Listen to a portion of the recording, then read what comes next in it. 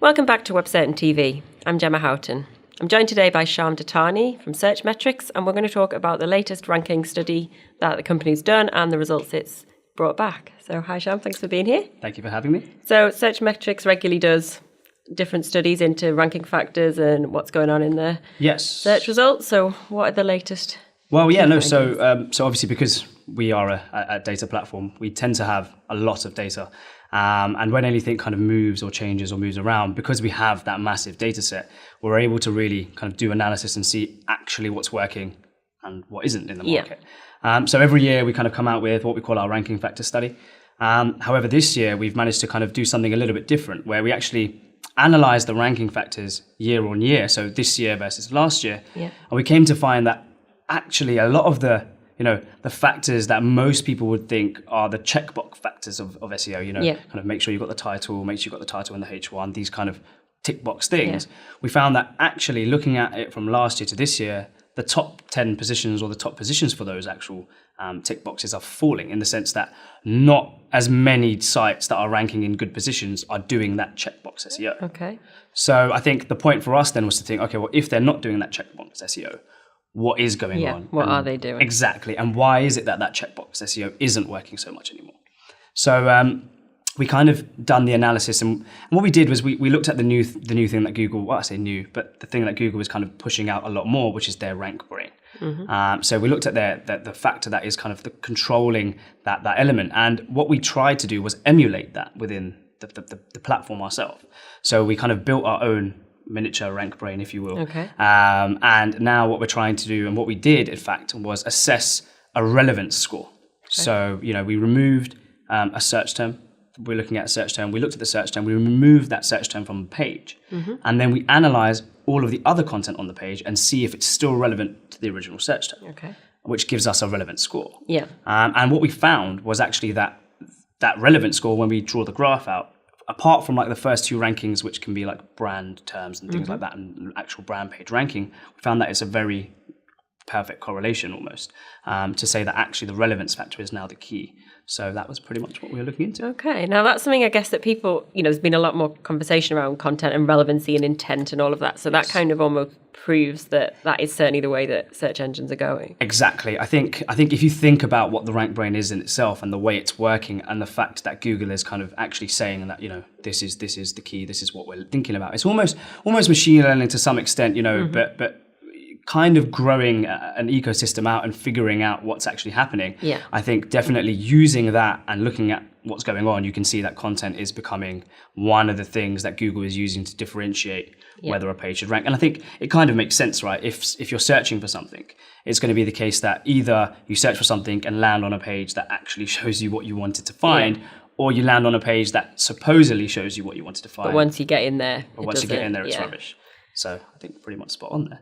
And then obviously you work on a global scale, so you're not just looking at, say, US or UK results, or it's globally. Are there any significant or interesting differences that you see between markets, or is it fairly static across the board? No, there is definitely differences. I think what we tend to find is that the US, the UK market, I think, primarily the English-speaking markets, to be quite simple, I think they tend to be ahead of the curve almost. I mean, things start in the US, kind of move to the UK, and we tend to get everything first. Now, obviously, that's probably because they're the major places that people are searching from, but also I think because English is a lot easier of a language to kind of unscramble and figure out connections between.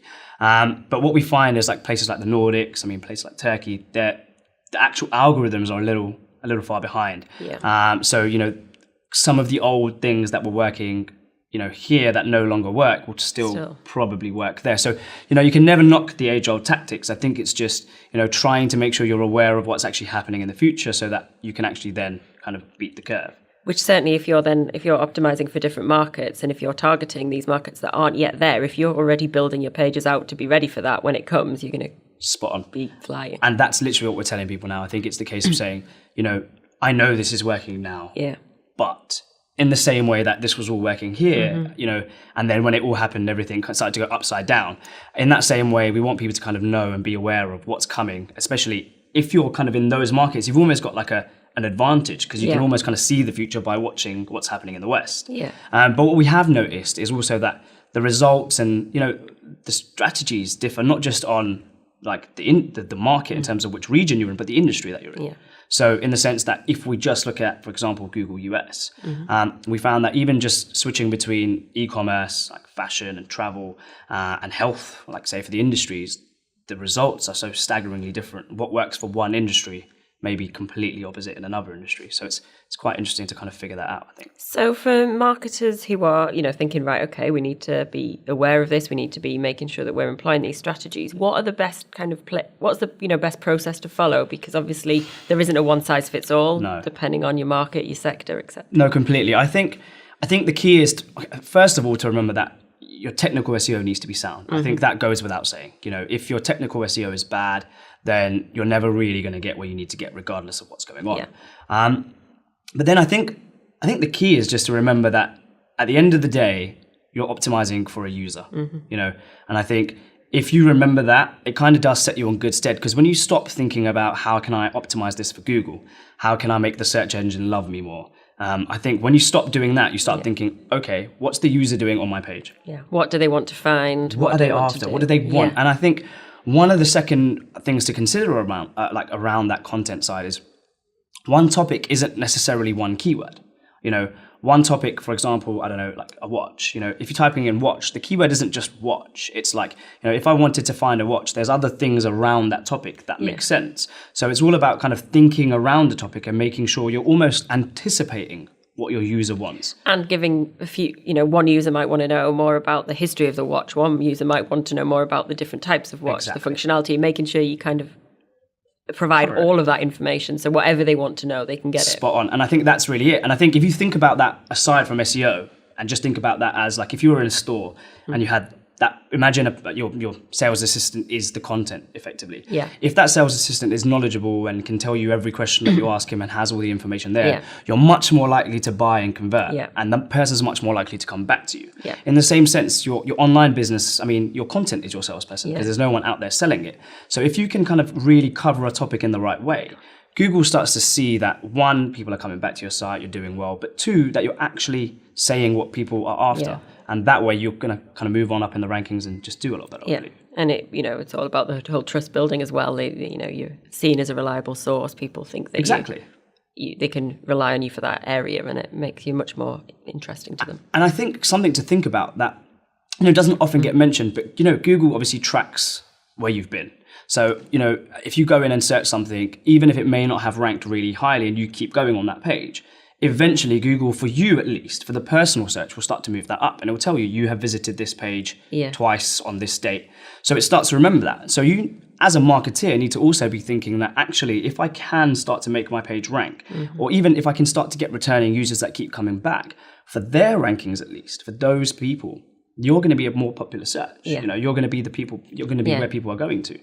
Just by default almost. Yeah. And if you can get yourself there without, for those people, they've already been there, the chances are you're much closer to getting that next conversion. Exactly. And I think then it kind of becomes now moving it away from the search side because they're already a loyal customer, and then you can work on them in all the other ways that people do. So your SEO checkbox, from the past with your title tags and your meta tags and all these things that everybody knows and loves, are they still important? Should you still be making sure that you are ticking all those boxes alongside the new things? I think it's the case, like I say, I think it's not saying that those things are unimportant anymore. I mean, although the numbers dropped from last year, they're still there. Still 50% of people had this and that in their page or the title on the page and so on and so forth. So it's not the case that we're saying you need to stop doing all of that. It's more saying that, do those things. Yes, you should have a title. Yes, you should have a H1. Yes, you should have a unique meta description. But it's all about now saying that don't do it in the methodology of saying, I just need to tick that box. I just need to have a title and I need to stuff all my keywords into it. It's now more thinking around the fact that, okay, yes, I do need to have these things and I do need to do these tick box SEOs because they are technical. But I need to not do them just to do them and stuff everything and fit it out. I need to also be thinking about my users. It needs to be part of the whole strategy. And logical and relevant. Well, exactly. I think at the end of the day, Google is just trying to provide a service. Yeah.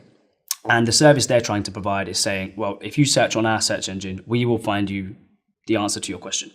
And at the end of the day, what we are trying to do is get the right things in the right places. And if you're doing that well enough, Google is going to like what you're doing. Do you know what I mean? I think it's so simple.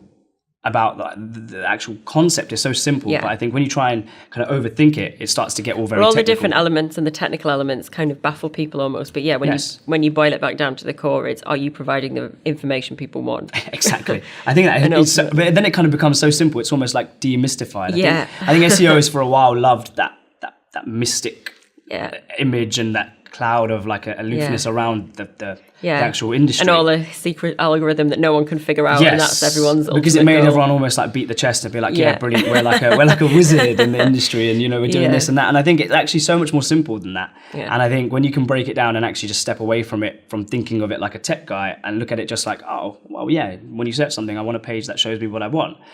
At least then, you're thinking along the lines of a normal marketeer, and you can start to do things. But obviously, it still doesn't take away that from the technical aspect that your site needs to still be and work good and work, and have a good navigation and those kind of brick and mortar things.